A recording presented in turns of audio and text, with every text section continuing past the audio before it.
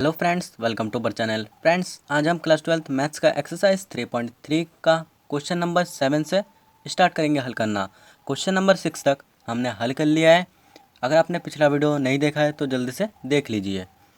तो अब हम क्वेश्चन 7 हल करते हैं। क्वेश्चन 7 क्या कह रहा है?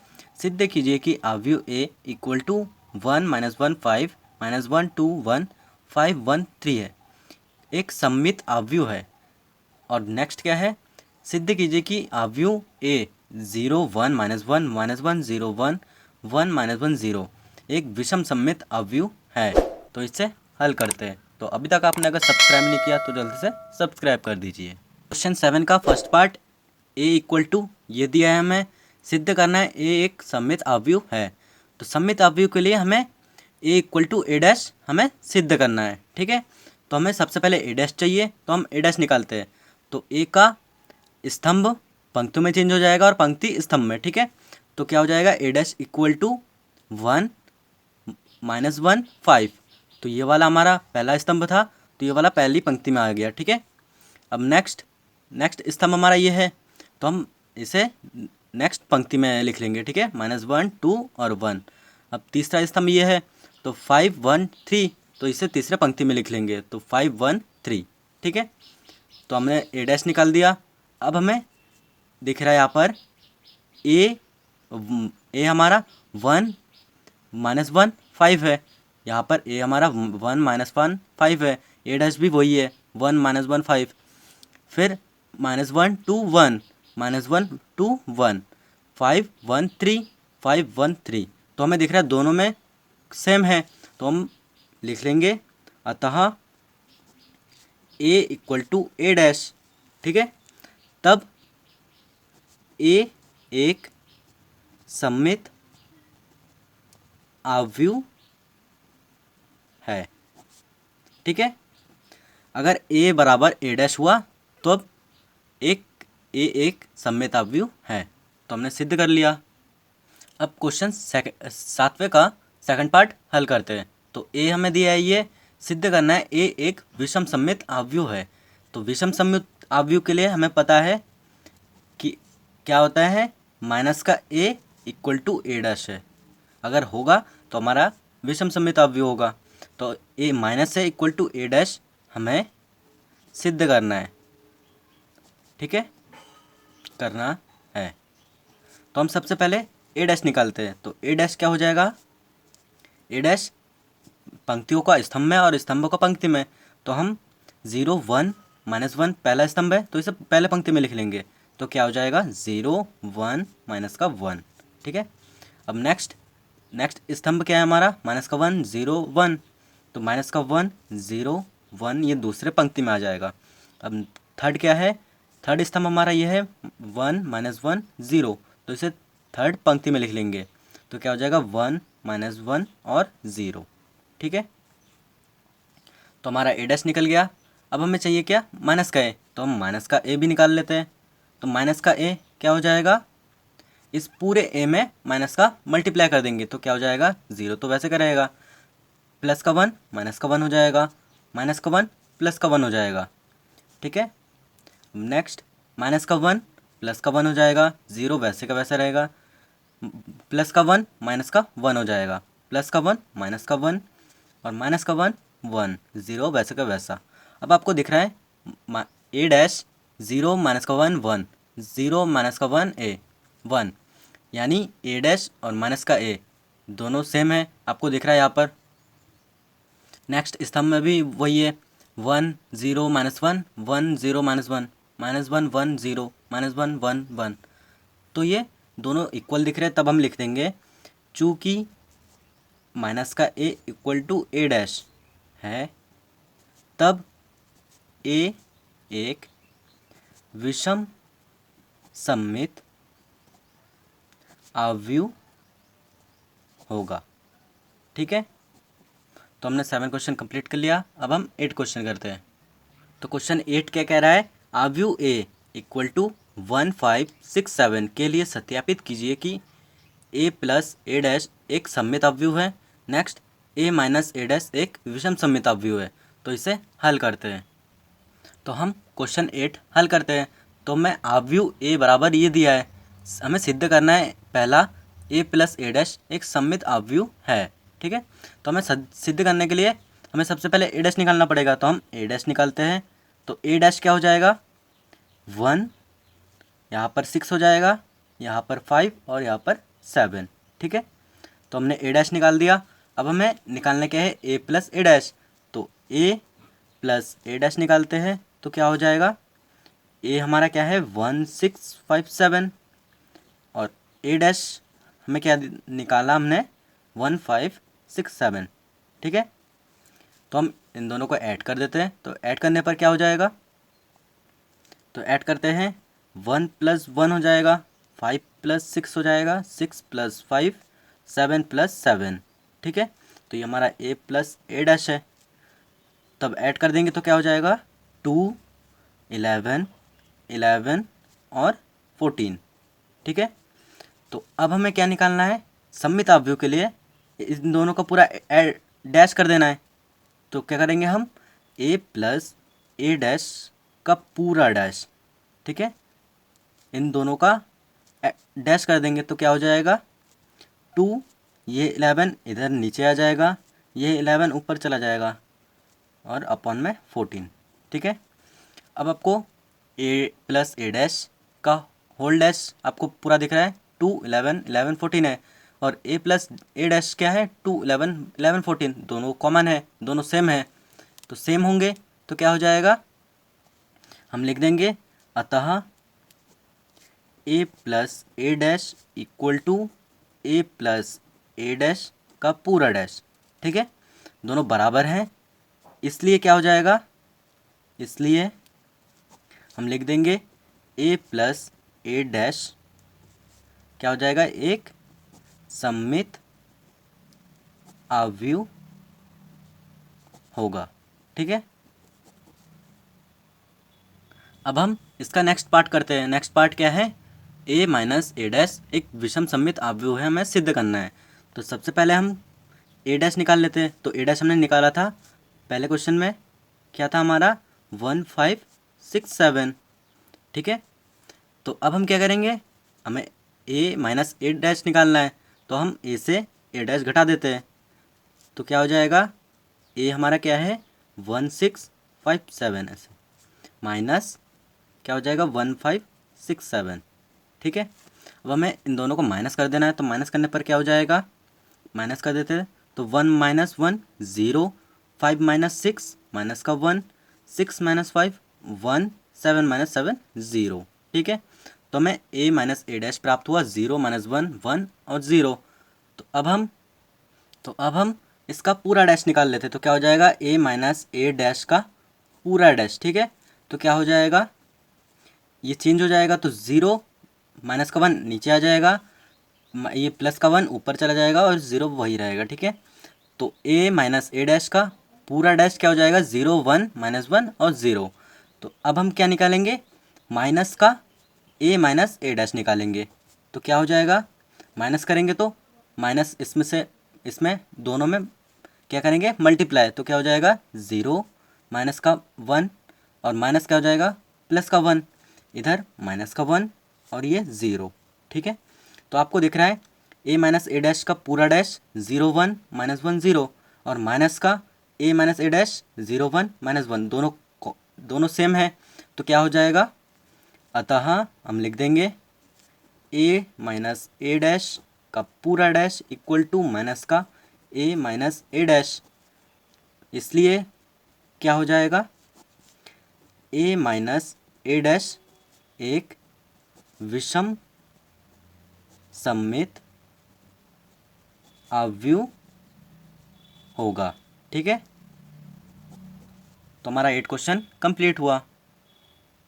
तो अब हम क्वेश्चन 9 हल करेंगे। क्वेश्चन 9 क्या कह रहा है यदि a equal to 0 AB minus का a 0 C माइनस का b माइनस का c 0, तो 1/2 a प्लस ए डैश तथा 1/2 a माइनस ए डैश हमें ज्ञात करना है। तो इसे हल करते हैं।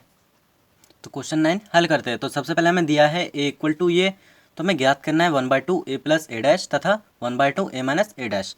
तो हमें सबसे पहले ए डैश चाहिए, ये तो हमें दिया है, तो हम ए डैश निकाल लेते हैं।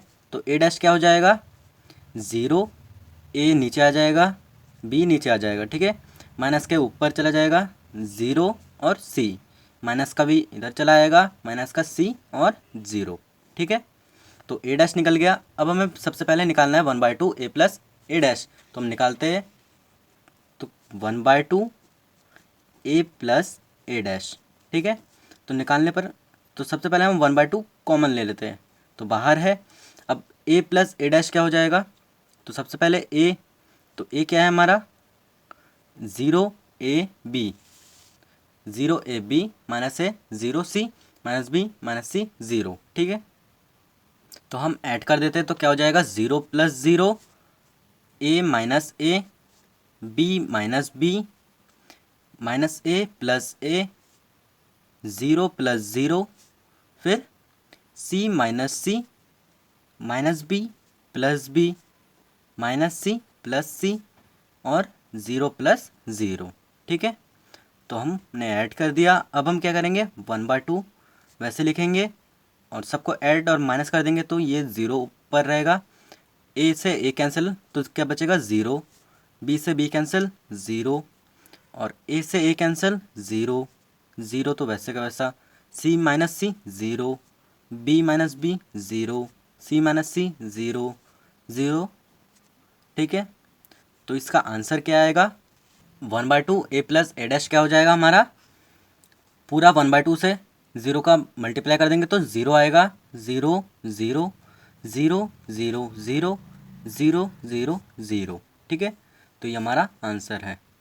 तो 1/2 का हमने सब में मल्टीप्लाई कर दिया, तो हमारा ज़ीरो आंसर आएगा। तो अब हमें निकालना है ए 1/2, हमें 1/2 और ब्रैकेट में ए माइनस ए डैश निकालना है। तो हम 1/2 को सामने लेते हैं और क्या करेंगे, ए, तो ए क्या है हमारा, zero A B minus A, zero C minus B minus C zero, तो हमारा ए ये है, और माइनस कर देना है ए डैश से। तो ए डैश क्या है हमारा, ए डैश हमने निकाला है अभी, तो क्या है, ज़ीरो माइनस का ए माइनस का बी, ए ज़ीरो माइनस का सी, बी सी ज़ीरो, ठीक है।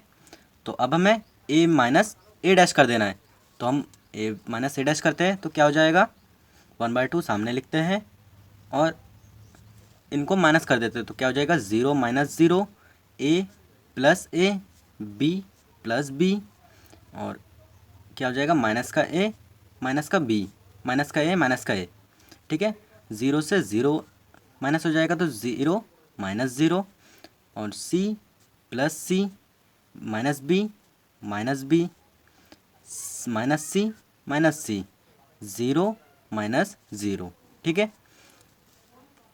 तो अब हम क्या करेंगे, 1/2 सामने लिखते हैं और इनको माइनस प्लस कर देते, तो क्या हो जाएगा, zero minus zero zero, A plus A two A, B plus B two B, A plus A minus का two A, zero two C minus का टू बी माइनस का टू सी और ज़ीरो, ठीक है। तो अब हम क्या करेंगे, 1/2 का सब में मल्टीप्लाई कर देते हैं, तो क्या हो जाएगा, 1/2 का जब मल्टीप्लाई कर देंगे तो 0/2 क्या हो जाएगा, zero, two A upon two, two से two cancel, A, two B upon two क्या हो जाएगा, टू, टू से टू कैंसिल, तो क्या बचेगा, बी ओनली, ठीक है, बी बचा। अब माइनस का टू ए अपॉन टू क्या हो जाएगा, माइनस का ए, ज़ीरो ज़ीरो ही रहेगा, two C upon two C, minus का two B upon two minus का बी, माइनस का two C upon two C minus का, और ज़ीरो। तो ये हमारा 1/2 ए माइनस ए डैश है, तो हमने निकाल लिया, तो ये हमारा आंसर है। अब हम क्वेश्चन 10 हल करेंगे। क्वेश्चन 10 क्या कह रहा है, निम्नलिखित अवयव को एक सममित अवयव तथा एक विषम सममित अवयव के योगफल के रूप में व्यक्त कीजिए। तो पहला क्या है, 3 5 1 -1, तो इसे हल करते हैं। तो क्वेश्चन 10 का पहला पार्ट क्या है, 3 5 1 -1, तो इसे हम ए मान लेंगे, तो ए डैश क्या हो जाएगा, अगर हम इसे ए मानेंगे तो इसे ए डैश हम लिख लेंगे कैसे, 3 5 नीचे आएगा और 1 माइनस 1, तो हमने ए डैश निकाल दिया।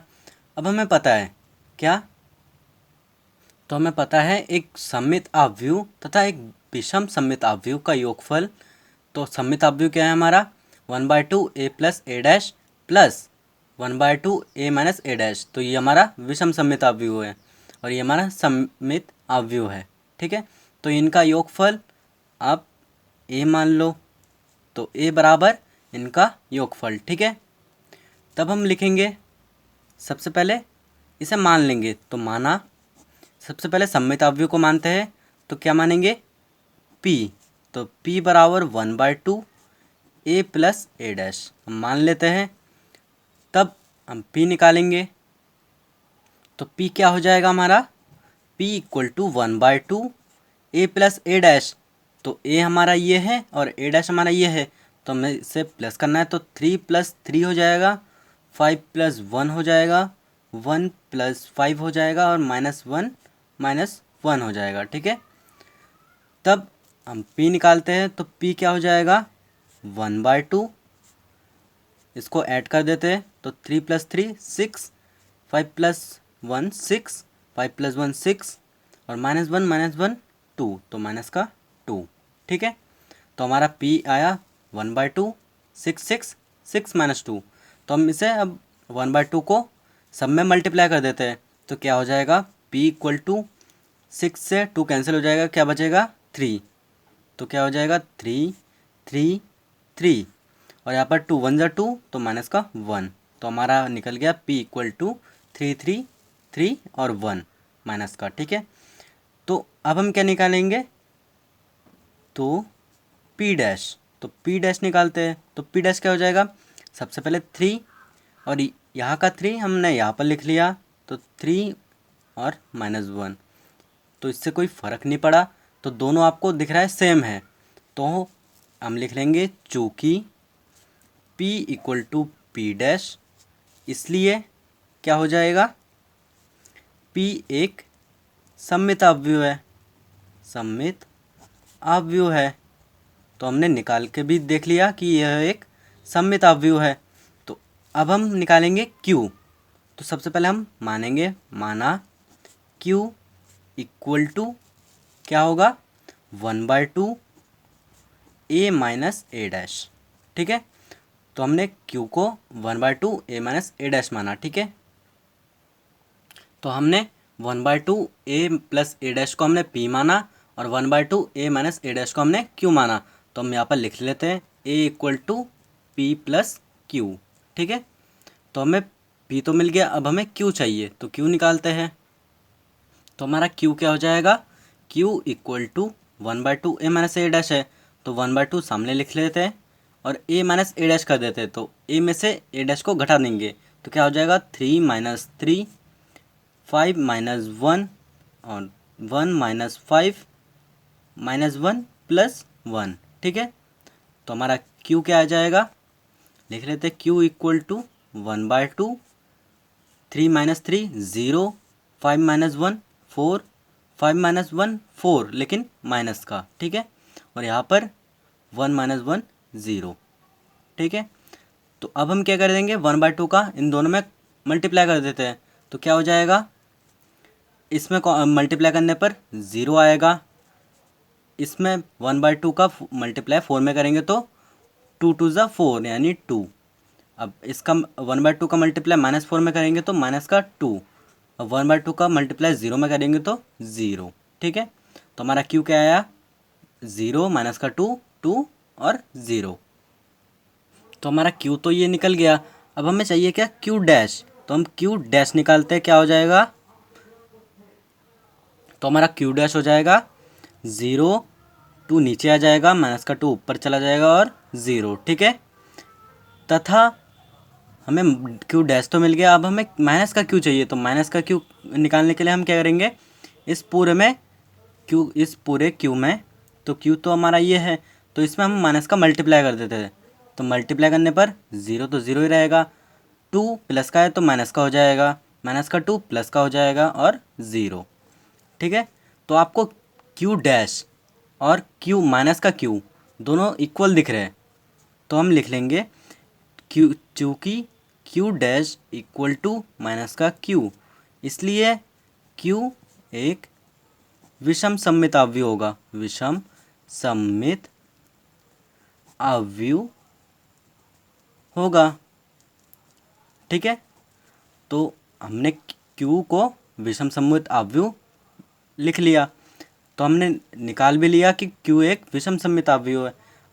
अब हम इन दोनों का योगफल कर देंगे, तो A बराबर P प्लस Q था, तो हम A बराबर P प्लस Q निकालते हैं, तो P हमारा क्या है, तो P हमने निकाला 3 माइनस का 1 प्लस Q क्या निकाला हमने 0 2 -2 और 0, तो इन दोनों को हम ऐड करेंगे तो क्या हो जाएगा 3 + 0 3 + 2 3 - 2 -1 + 0, तो हमारा A क्या हो जाएगा, प्लस माइनस करते हैं तो क्या हो जाएगा 3 + 0 3 3 + 2 5 3 - 2 1 और यहाँ पर माइनस का 1, तो हमारा A निकल गया क्या 3 5 1 और -1, तो ये हमारा योगफल है।